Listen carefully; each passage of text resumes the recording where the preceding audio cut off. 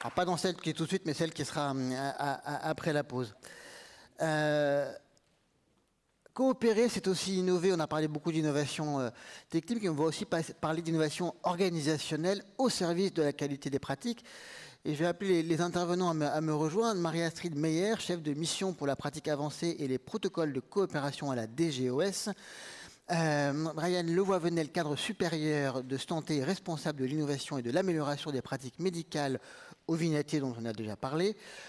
Florence Durupt, pharmacienne et secrétaire générale de l'URPS Pharmacien Aura. Et Johanna Coureur, directrice de Quartet de Santé, présidente de Positive Minder. Pareil, il n'y a pas d'ordre, on s'assoit, tout le monde est là, c'est super.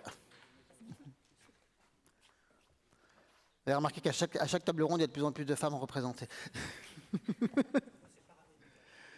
Voilà. J'ai dû avaler, j'ai avalé le para en le disant, mais c'était bien écrit comme ça. Non, il n'y a pas de suivant. On reste sur celle-là. Voilà. Quand on a préparé cette table ronde, on a fait beaucoup de gros mots. Hein. COPSI, CPTS, qui a déjà été évoqué, Sésame, les IPA aussi. Je pense qu'on a besoin d'un peu de pédagogie pour commencer. Et je vais vous donner à chacun le challenge de nous expliquer en moins de 2 minutes ce que c'est, ce que ça apporte à l'organisation des soins et la pratique des patients. En commençant par vous, Marie-Astrid, par une innovation que tout le monde connaît ou croit connaître, les fameuses IPA. Merci beaucoup, bonjour à tous, ravi d'être à Lyon ce matin. Je vais vous parler donc de cette innovation, plus si nouvelle que ça, mais ce nouveau métier d'infirmier en pratique avancée qui a été rendu possible par la loi de 2016 de modernisation de notre système de santé et qui permet à des infirmiers diplômés d'État de poursuivre leurs études de niveau master, donc à l'université, dans différents domaines d'expertise. On va retrouver les pathologies chroniques stabilisées, donc c'est des IPA qu'on retrouve aussi bien en ville ou à l'hôpital. Vous avez la néphrologie, vous avez l'oncologie, la psychiatrie santé mentale et les urgences. Donc ici, on peut éventuellement parler des infirmiers en pratique avancée, santé mentale et psychiatrie. C'est donc des infirmiers qui vont reprendre leurs études et qui peuvent par la suite, en collaboration avec le médecin, suivre des patients en accès, enfin voir des patients en accès direct, maintenant ça c'est tout récent, suivre des patients et éventuellement adapter le traitement si c'est nécessaire. En fait, ce sont des infirmiers qui sont poussés à un niveau expert et qui ont en plus des compétences médicales dans leur champ, renouvellement, adaptation et depuis début d'année, la primo-prescription. L'objectif, on est vraiment dans aider le système de santé actuel, que ce soit parce qu'on a des pénuries de psychiatres ou médicales, mais pas que, parce qu'en fait, un IPA n'est pas là pour remplacer un psychiatre. Il est là, on va dire, pour le compléter. Un IPA ne pourra jamais s'installer seul en libéral ou même à l'hôpital. Il travaille en exercice coordonné. Ça, c'est son article chapeau au niveau du Code de santé publique. Ça n'est pas possible de faire autrement. Sinon, on tombe dans un exercice illégal. Donc, on vient pour compléter l'offre de soins. On vient pour libérer du temps médical de sorte que le psychiatre puisse se concentrer sur des cas plus complexes. On vient aider le psychiatre dans les cas complexes aussi pour se partager éventuellement les consultations et tout ça de façon coordonnée et en collaboration. Brian Levoivenel, moins spontanément connu, en tout cas des initiés, les COPSI, les réseaux de coordonnés de protocoles de coopération en psychiatrie. Kezako, 2 minutes, pareil. Alors, je pense qu'il a été éteint peut-être. Là, ça marche. Là, c'est bon ? Vous m'entendez ? Ok, super. C'est bien, ça va compléter. Normalement, c'est toi qui présentes aussi les protocoles de coopération, puisque tu es responsable au niveau de la DGOS. Hein. Voilà, comme ça, on va... Je vais surveiller ce qu'il dit comme ça. Ouais, voilà, Très bien. si j'ai une connerie comme ça. Et l'évaluation en direct, la note sera super. donnée. Bon, l'idée, c'est... Alors, je vais vous présenter juste très rapidement ce que c'est un protocole de coopération, et puis qu'est-ce que c'est que ce réseau qu'on essaie de mettre en place. On est sur l'innovation organisationnelle. Hein. Moi, mon travail, c'est cadre supérieur de santé. Donc, mon travail, c'est de faire en sorte qu'on organise les soins de manière la plus optimale possible pour les patients, toujours au bénéfice des patients, qu'on soit bien d'accord. Donc, un protocole de coopération, qu'est-ce que c'est? Donc, c'est la possibilité, alors c'est une loi de 2009, la loi HPST de 2009 qui a été, je regarde là parce que ça va, je dis pas, qui a été modifiée plusieurs fois et qui permet à un professionnel de santé de déléguer un acte dérogatoire à un autre professionnel de santé. Alors, un acte dérogatoire, c'est un acte que n'a pas le droit de faire un professionnel de santé d'ordinaire de par son décret. Par exemple, aujourd'hui, là, si vous allez à Léon Bérard, alors c'est pas de la psychiatrie, hein, mais vous verrez des infirmiers qui pratiquent des voies veineuses centrales, qui les posent eux-mêmes au bloc opératoire, sur protocole de coopération. Si vous allez au Vinatier, vous verrez aujourd'hui des infirmiers qui renouvellent des intramusculaires, aujourd'hui, à libération prolongée, sur protocole de coopération. Ce ne sont pas des IPA, qu'on soit bien d'accord. La différence, c'est que là, c'est une extension du rôle sur prescription, alors que l'IPA, c'est un métier autonome, enfin semi-autonome, puisqu'il est coordonné, qui prend ses décisions lui-même. Un infirmier sur protocole de coopération, ce dont on est en train de parler là, les infirmiers qui renouvellent, agissent sur des arbres décisionnels, c'est-à-dire qu'ils doivent à chaque fois suivre cet arbre décisionnel pour finalement renouveler ou ne pas renouveler. Donc il y a une grosse différence entre l'IPA et l'infirmier sur protocole. Donc l'idée de ça, c'est de se dire, faire réseau, c'est qu'on a parlé depuis tout à l'heure de systémie, et en fait on a un petit problème de systémie en psychiatrie, c'est que chacun a son organisation très propre. L'intérêt de tout ça, c'est de se dire, en prenant les protocoles de coopération et les IPA, de se dire eh bien, comment on répartit l'activité de consultation et de prescription entre professionnels de santé en fonction de l'intensité des troubles des patients. Alors on a mis en place, avec quelques universitaires, on a mis en place un process de répartition qui nous permet de faire ça et qui permet de mettre en face du patient le bon professionnel de santé. Quand je dis ça, c'est entre le médecin, l'IPA, l'infirmier sur protocole de coopération et l'infirmier qui n'a pas de protocole de coopération. En plus, la loi là, va nous permettre très bientôt de faire en sorte que des infirmiers puissent prescrire notamment des examens complémentaires, alors je ne sais pas lesquels, je me tourne à ma gauche mais elle ne va pas me le dire tout de suite, pour pouvoir prendre en charge ces patients-là, notamment en CMP. Donc l'idée de faire réseau, là, c'est de mettre à disposition des autres les protocoles qu'on a écrits en psychiatrie au Vinatier, parce qu'on est les seuls à en avoir écrit quasiment. Hein. Il y en a un à Lille, mais ils ne l'utilisent pas, donc ça ne compte pas. Et puis, de systématiser une organisation du travail nouvelle en psychiatrie, comme je vous le dis, au bénéfice des patients, en mettant, je vous le redis, en face du patient la personne la plus adaptée à sa problématique. Ce n'est pas la peine de mettre un médecin en face d'un patient qui est connu depuis des années, qui n'a pas de spécificité nouvelle. Un infirmier est en capacité de le voir, de l'évaluer et de renouveler son traitement. Moyennant formation. Alors, non mais je n'ai pas tout dit parce que sinon c'est un quart d'heure de présentation. J'avais donné 2 minutes pour le propos. Les protocoles de coopération, voilà. Il y a des critères très stricts pour y rentrer, hein, que les équipes définissent, mais notamment une formation. Évidemment, tout infirmier ne peut pas tout d'un coup aller renouveler de la clozapine auprès d'un patient, qu'on soit bien d'accord. 3 minutes, c'est très bien.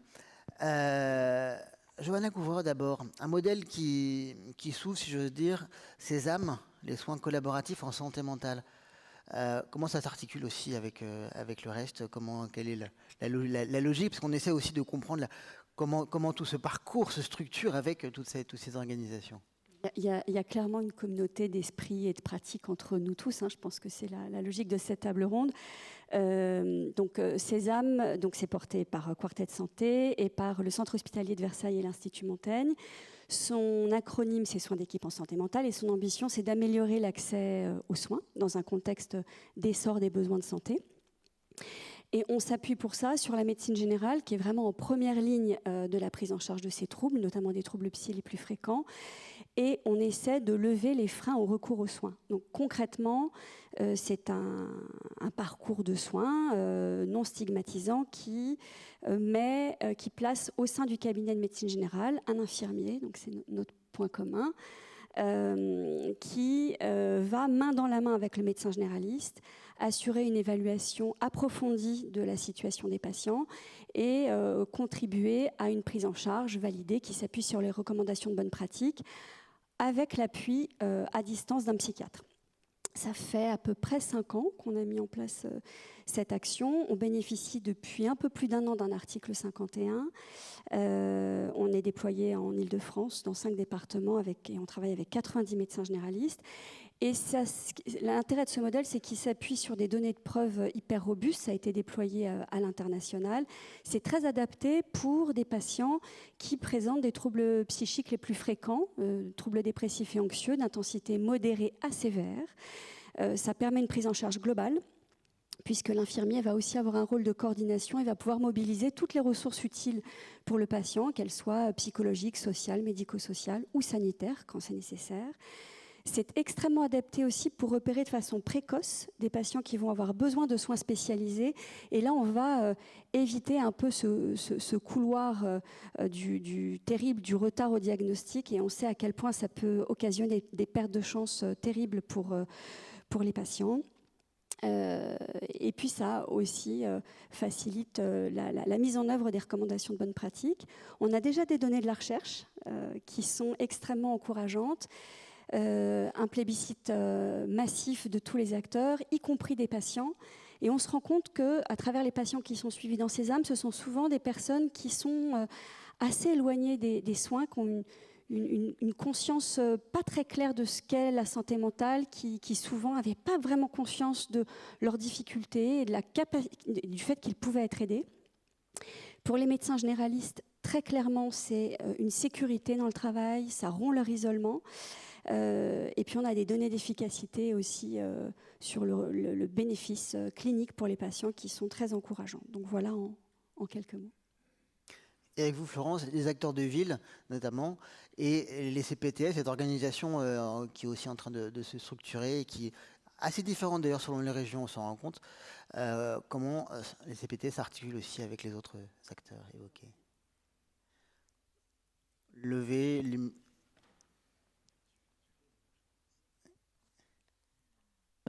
Oui, effectivement, bonjour à toutes, bonjour à tous. Déjà, les CPTS sont des structures en fait... les communautés professionnelles territoriales de santé, pour dire le sigle. Voilà, c'est tout à fait, vous l'avez dit. En fait, ce sont des structures qui regroupent des professionnels de santé libéraux sur un territoire donné et qui s'organisent alors bien souvent sur le mode associatif et qui vont en fait nouer des contrats tripartites avec l'ARS et l'assurance maladie en définissant des projets pour le territoire concerné. Ici dans le Rhône, on a beaucoup de CPTS, quasiment la totalité du territoire est couvert par des CPTS, mais qui ont des projets, effectivement, vous l'avez noté, très différents, puisque les projets sont définis par les acteurs de terrain, donc en partenariat avec l'Agence régionale de santé et l'assurance maladie, et on définit des axes par CPTS qui vont amener des budgets pour mettre en place des projets. Les acteurs, bien sûr, de proximité que sont les médecins généralistes, les pharmaciens, les infirmiers libéraux, les kinésithérapeutes, les orthophonistes, etc., sont présents, très représentés et très impliqués dans les CPTS. Le rôle premier est vraiment de communiquer entre nous, de nous connaître sur un territoire. Ça peut paraître simple, mais c'est vraiment la base du fonctionnement de la CPTS, que les professionnels de santé se connaissent et puissent échanger facilement autour du patient et de sa prise en charge. Ensuite, c'est construire des projets avec des approches différentes de coopération, c'est-à-dire que le point de vue et les besoins du médecin généraliste, par exemple, ne va pas être forcément le même que celui de l'infirmier libéral ou celui du pharmacien. Donc, on met en commun en fait tous ces points de vue pour pouvoir construire des projets ensemble autour du patient, bien entendu, puisque les besoins sont identifiés par territoire. Et c'est pour ça aussi qu'en fonction des CPTS, certains axes vont être plus travaillés que d'autres. La santé mentale, depuis le Covid, c'est quelque chose de prioritaire dans beaucoup de CPTS. Oui, ça allait être ma question. En effet, ça reste quand même assez présent dans la majorité, on va dire, des CPTS. Alors c'est difficile de vous donner des chiffres précis, voilà, mais c'est un axe de travail qui ressort très régulièrement dans la plupart des CPTS. On est très souvent contacté par des CPTS sur le sujet, donc les professionnels de santé sont en prise avec ces problématiques-là, ils sont très demandeurs de soutien. Vous faites un peu liaison avec la suite. Oui, je voulais juste ajouter, pour faire le lien avec la ville, c'est que très souvent aussi, et on a besoin au sein des CPTS, de faire un lien avec les structures hospitalières ou les structures de santé qui sont sur le territoire. Et c'est, je pense, un facteur d'efficience fondamental de pouvoir certes construire des projets, mais les construire aussi en lien avec l'hôpital, les hôpitaux des territoires, et ça fait aussi partie des priorités des structures d'exercice coordonné. Vous parlez de l'enjeu de se connaître, de connaître les acteurs du terrain. Je pense que c'est un enjeu de cette table ronde. Je ne pense pas que tout le monde autour de la salle connaissait les Sésame, COPSI ou peut-être un peu plus, en tout cas de nom, les IPA et les CPTS. Comment on peut sortir des silos, parce qu'on en a parlé un peu dans l'introduction, et des organisations.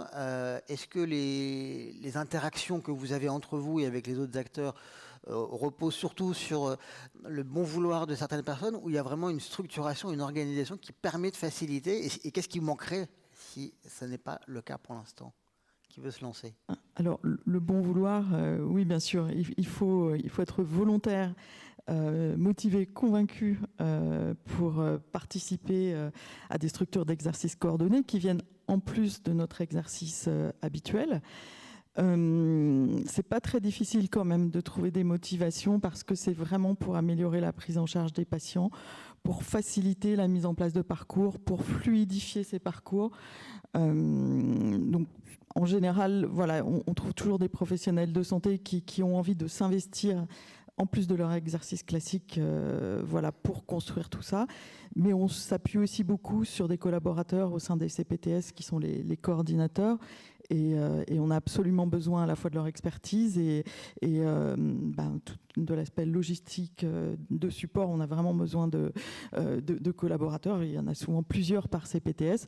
Donc les professionnels de santé, en fait, souvent sont là pour rapporter des besoins au sein d'un secteur donné, d'un territoire donné, de définir en fait le projet vers lequel ils veulent aller, et on s'appuie sur des collaborateurs au sein des structures d'exercice coordonné.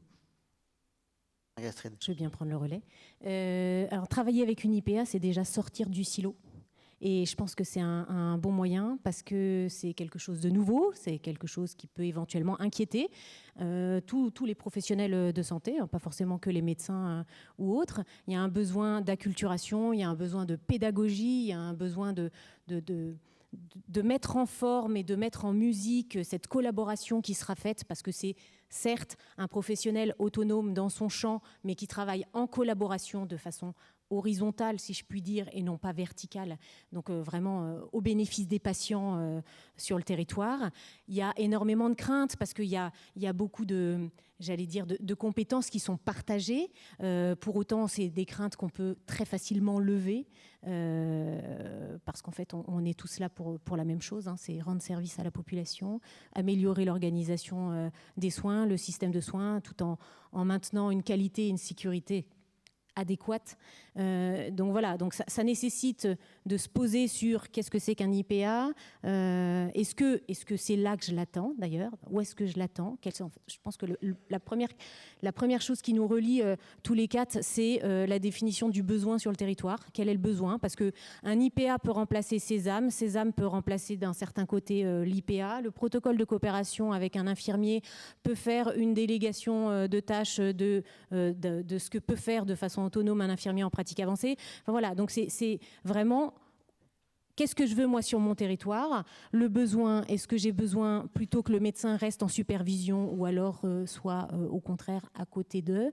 Enfin voilà, toutes ces définitions. Donc je dirais que c'est un peu disruptif de réfléchir pratique avancée. C'est aussi disruptif de penser protocole ou Sésame, et c'est des super innovations qui sont vraiment là pour améliorer ce qui se passe actuellement dans notre système de santé, et encore plus en psychiatrie santé mentale. Johanna, vous vous sentez disruptive? je ne sais pas si je me sens disruptive, mais en tout cas, je me reconnais dans les propos de tout le monde. Ce que je dirais, c'est que, et je reprends le terme utilisé, mais je pense que pour que les gens travaillent bien ensemble, il faut qu'il y ait un protocole. C'est-à-dire qu'il faut que les gens aient conscience de leur place, de leur rôle, de leur mission, jusqu'où ils vont et à quel moment l'autre professionnel prend le relais. Je pense que sans ce schéma directeur, c'est un peu difficile et qu'il n'y a pas de génération spontanée de collaboration. Il faut qu'il y ait un cadre qui est rassurant pour tout le monde. Un prérequis pour moi, c'est le fait qu'il y ait une confiance et un respect aussi des différentes expertises. C'est ce que Marie-Astrid disait en creux sur l'inquiétude parfois que peuvent soulever l'arrivée d'une IPA. Je ne vous cacherai pas que une infirmière sésame qui débarque dans une maison de santé avec des psychologues, ça n'a pas toujours été facile, et ça a pu aussi générer des inquiétudes du côté des psychologues. Puis la coopération faisant, en fait, les gens comprennent qu'ils ne font pas le même métier et ils apprennent à travailler ensemble. Et puis je dirais peut-être un autre point, alors nous qu'on a développé au sein de Sésame et qui me paraît vraiment essentiel, c'est le partage d'informations. Et comment on organise le partage d'informations. Donc nous, en l'occurrence, on a développé une solution numérique, mais c'est vraiment essentiel. C'est-à-dire comment, à chaque fois que quelqu'un intervient, comment on s'assure qu'il va avoir accès à la bonne information, qui lui sera utile à lui pour poursuivre le partage, enfin la prise en charge du patient. Donc voilà, protocole, confiance et outils de partage d'informations. Et finalement, la bonne façon, un peu réaction à tout ce que vous dites, n'est pas de voir quelles solutions, avec vos solutions, comment on pourrait les développer dans chaque territoire, mais de partir du territoire, de voir quels sont les besoins du territoire et de puiser dans une espèce de catalogue, si j'ose dire, de solutions, de nouveaux métiers, de nouveaux réseaux, de nouvelles pratiques. Ryan ? Oui, j'entends le catalogue, mais c'est la problématique des protocoles de coopération au niveau national. Enfin, ça, c'est ma vision. C'est qu'en fait, ils sont tous. On peut mettre des protocoles un peu partout, se dire tiens, en cardiologie, on va faire telle chose, etc. L'idée qu'on a là, en tout cas au Vinatier, c'est de se dire qu'en psychiatrie, en fait, on a tous les mêmes problèmes. Et plus je vais visiter d'hôpitaux, et plus je vois que tout le monde a exactement les mêmes problèmes. Alors là, je suis très hospitalo-centré, je m'en rends compte. Mais quand je discute avec des infirmiers libéraux, j'ai des contacts à la FNI, c'est un syndicat infirmier libéral, et ils me racontent exactement la même chose. Donc, je me dis qu'il y a un process de systématisation à mettre en œuvre. En fait, c'est ça que le réseau que je propose met en jeu, c'est cette systématisation qui inclut les IPA. Parce que pour moi, les protocoles de coopération, c'est une entrée intellectuelle vers une nouvelle organisation du travail. Donc, c'est ça qu'on dit.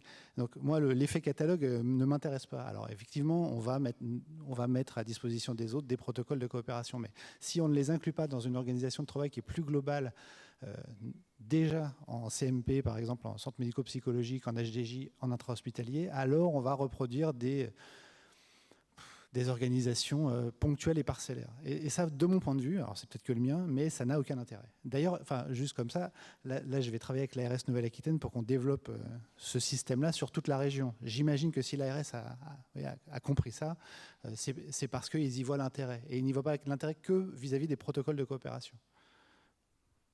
Bon, pour les CPTS, j'ai une ou deux idées, mais je ne vais pas les raconter là. Allez-y. Ce réflexe d'éteindre le micro systématiquement. Je voulais rebondir aussi sur la notion de catalogue. Qui était un peu provocateur, je vous l'avoue. En fait, c'est vrai que le système de santé, dans sa globalité, a beaucoup évolué ces dernières années. Ne serait-ce que, aussi bien, effectivement, par les délégations de tâches qui étaient aussi des besoins qui ont été exprimés sur le terrain.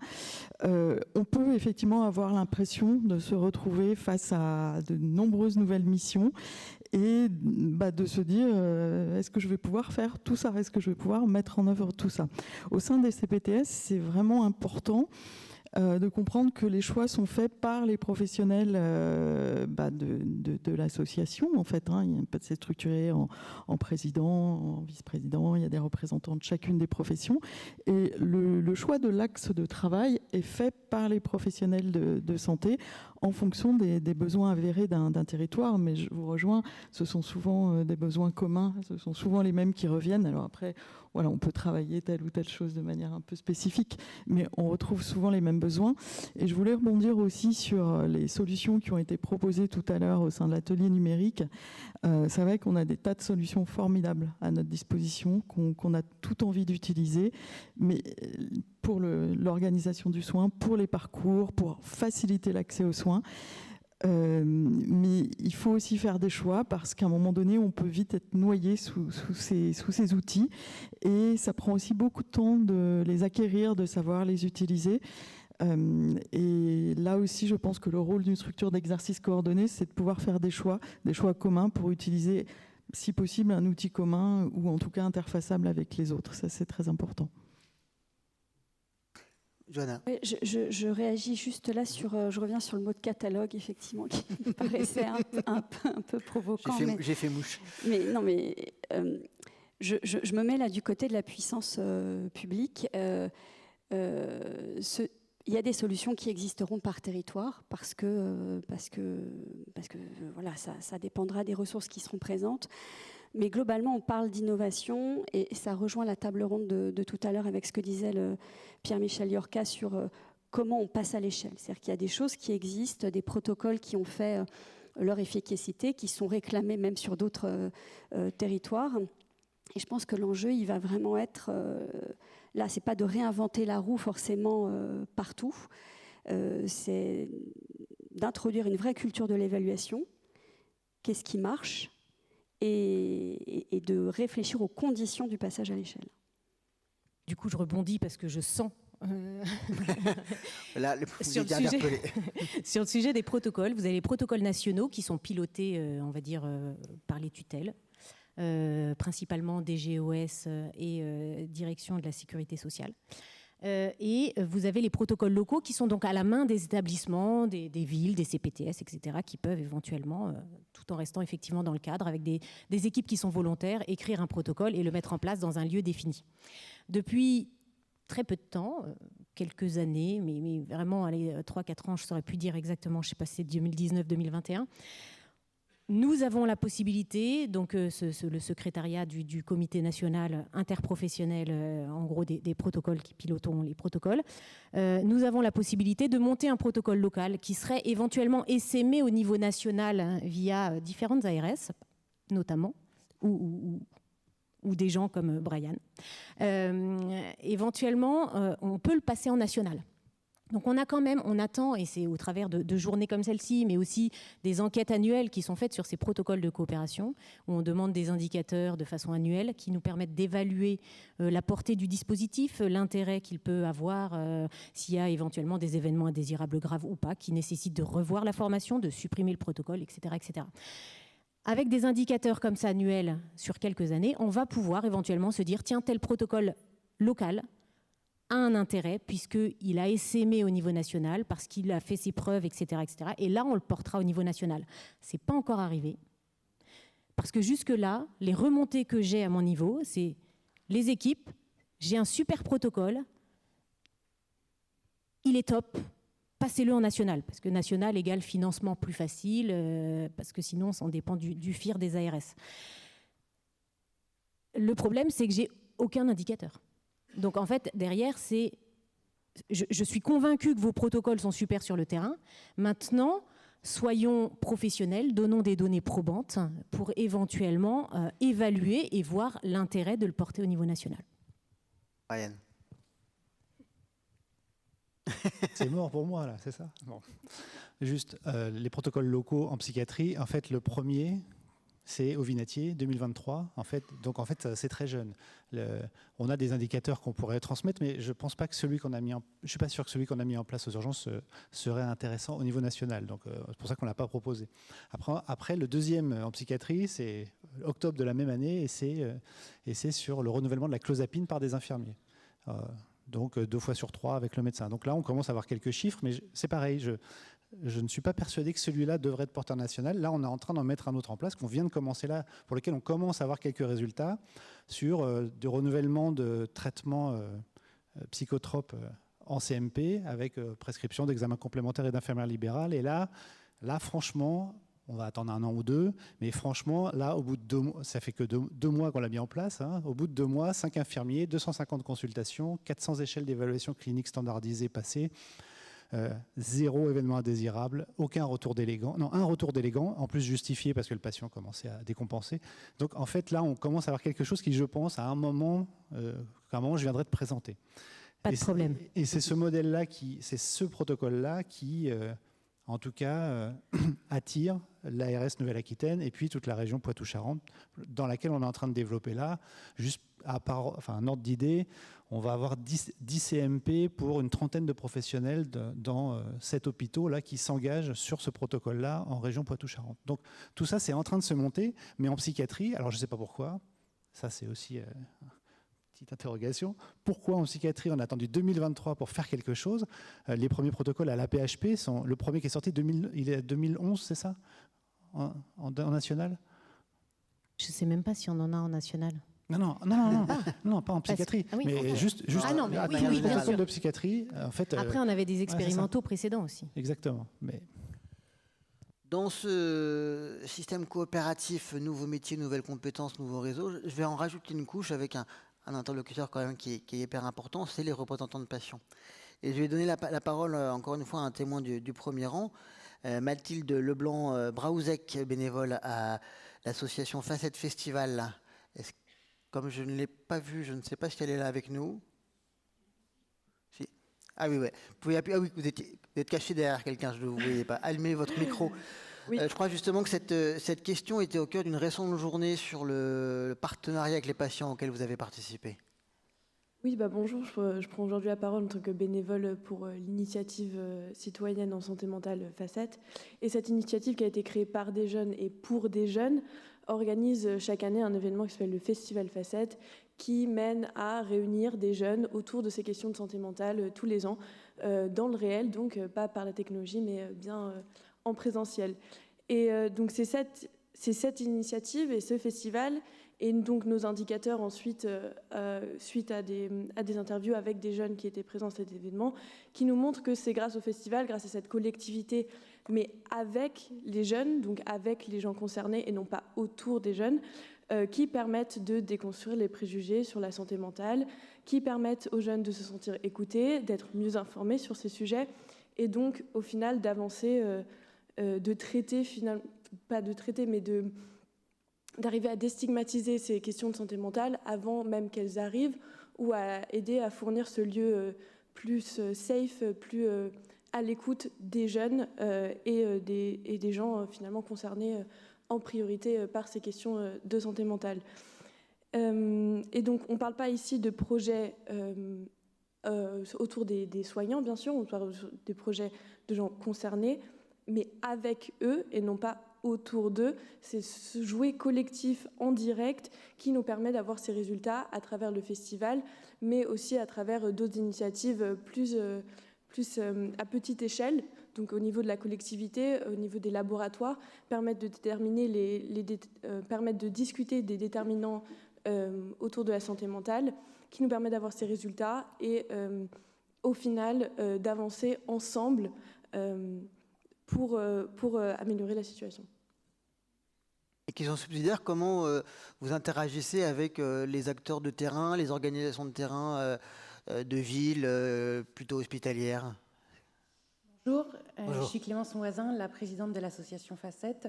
Pour répondre à cette question, et puis je me permettrai un petit ajout avec ma casquette de père aidante dont on a peu parlé encore ce matin.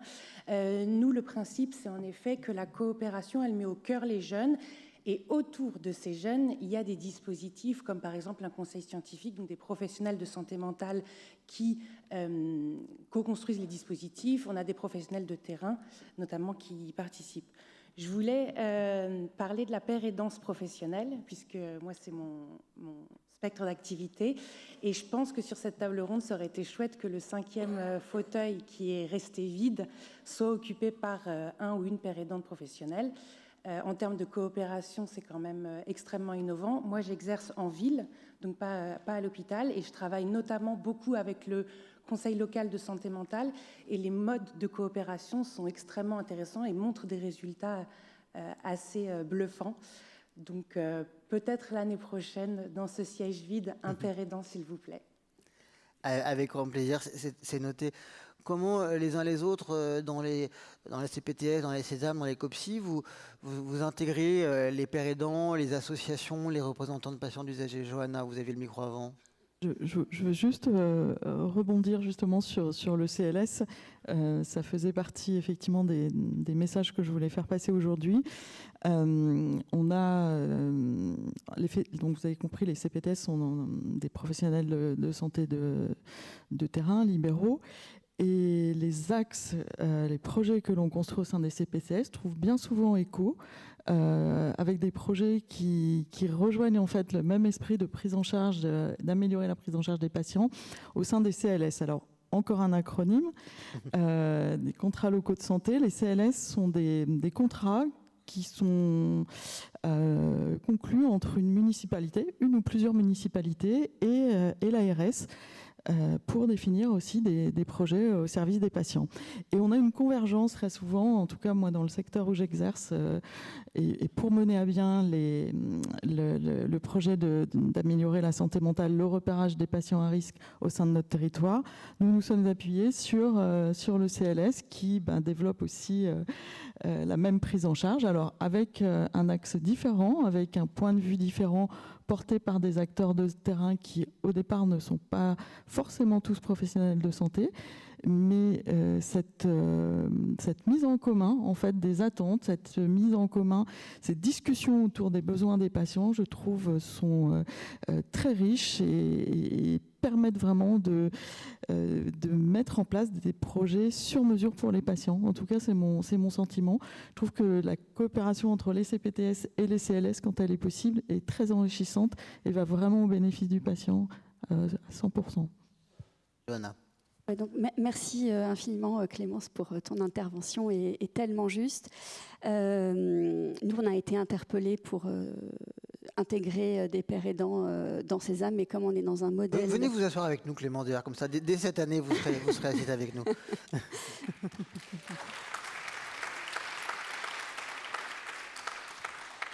Donc je serais ravie de poursuivre la discussion. Dans Sésame, la question de l'expérience du patient, elle est centrale. Alors, on n'a pas de patient qui fait partie de la gouvernance. En revanche, le mode même, les soins qui sont proposés partent des préférences du patient. Donc, et d'abord, c'est même un pilier de ce qu'on appelle les soins fondés sur l'épreuve. Il faut prendre en compte les préférences et les attentes du patient. C'est ce que Marie-Jeanne Richard disait tout à l'heure aussi, partir des attentes du patient. Et puis après, je prendrai, donc ça c'est pour la partie Sésame, mais je prendrai ma casquette aussi présidente de Positive Minders, qui est une association qui est un peu hybride dans le sens où elle croise toutes les expertises, que ce soit des experts de vécu, des patients, des proches ou des professionnels de santé. Et il y a une initiative qui s'appelle les Triangles, et qui vise à réunir différentes parties prenantes et à échanger et à croiser les regards, croiser les expertises et à pouvoir décadrer aussi un petit peu son point de vue et finalement aussi à faire évoluer les pratiques. Et c'est aussi enrichissant, c'est enrichissant pour les trois parties prenantes, à la fois pour que les professionnels de santé, c'est ce que disait Marie-Jeanne aussi, ce qui était dit sur l'autre table ronde, c'est penser aussi et entendre l'expérience des patients et que les usagers, que sont les aidants et les experts, puissent aussi entendre l'expérience et les représentations des professionnels de santé. Donc je pense qu'il y a beaucoup à apprendre les uns les autres de nos expertises respectives. Et même question, dans les COPSI, est-ce que vous travaillez avec les associations, Non. Vous n'avez pas envie de répondre? C'était la question piège. C'est une question piège parce que ce n'est pas l'objet de ce réseau-là, pas en ce sens-là. Après, si on veut élargir et on se pose la question de quel professionnel en face de quelle personne concernée, alors on pourrait se poser la question. Un père aidant professionnel dans des CMP, dans des HDJ, en se disant qu'à un moment donné, sur des indications qu'on pourrait discuter et avec les personnes concernées et les pères aidants professionnels, à quel moment la personne concernée est orientée vers le père aidant. Et ça pourrait faire l'objet d'indicateurs qu'on pourrait discuter tous ensemble. Mais moi, ce n'est pas mon objet là dans ce réseau-là, qui est un réseau en lien avec la délégation, comme je vous l'ai dit, d'actes sur prescription, qui permet de répartir l'activité de consultation. Donc, pour l'instant, effectivement, on ne vous a pas pris en compte. Sachant, si je peux me permettre, que l'intérêt d'intégrer des pairs aidants, de mon point de vue, c'est justement de travailler sur cette coopération. Et donc, ce n'est pas orienter le patient vers un pair aidant, mais c'est orienter le patient vers une équipe pluridisciplinaire dans laquelle il y a des pairs aidants. Mais j'insisterai vraiment sur le cadre dans lequel moi j'exerce, c'est en ville et donc en lien avec les acteurs de terrain, les acteurs municipaux, les acteurs départementaux et régionaux. Je vais vous donner un très rapide exemple d'une manière dont on travaille parce que je pense que c'est important d'être dans le concret.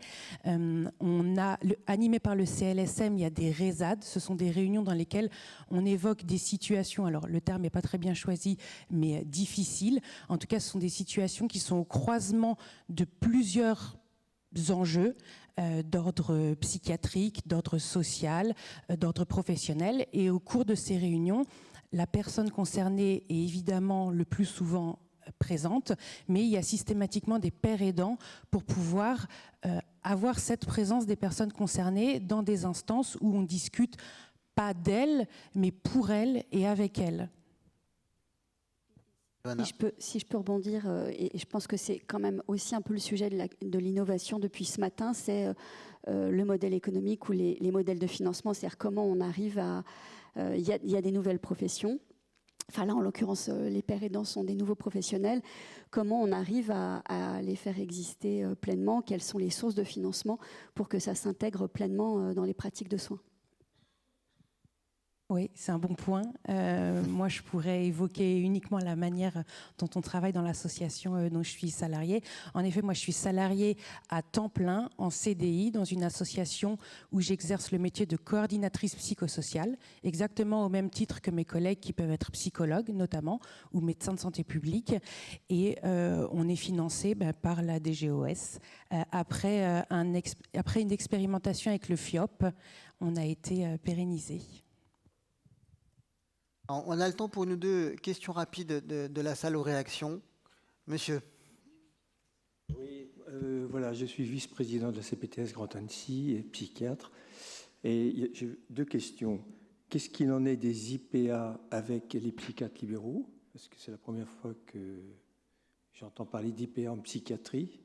Je sais que ça existe en cardiologie. Et comment ils peuvent travailler avec le psychiatre? Et la deuxième question... quid des responsabilités au niveau des prescriptions thérapeutiques lorsqu'il y a délégation de tâches et partage des soins? Question très précise, très concrète. Voilà, exactement.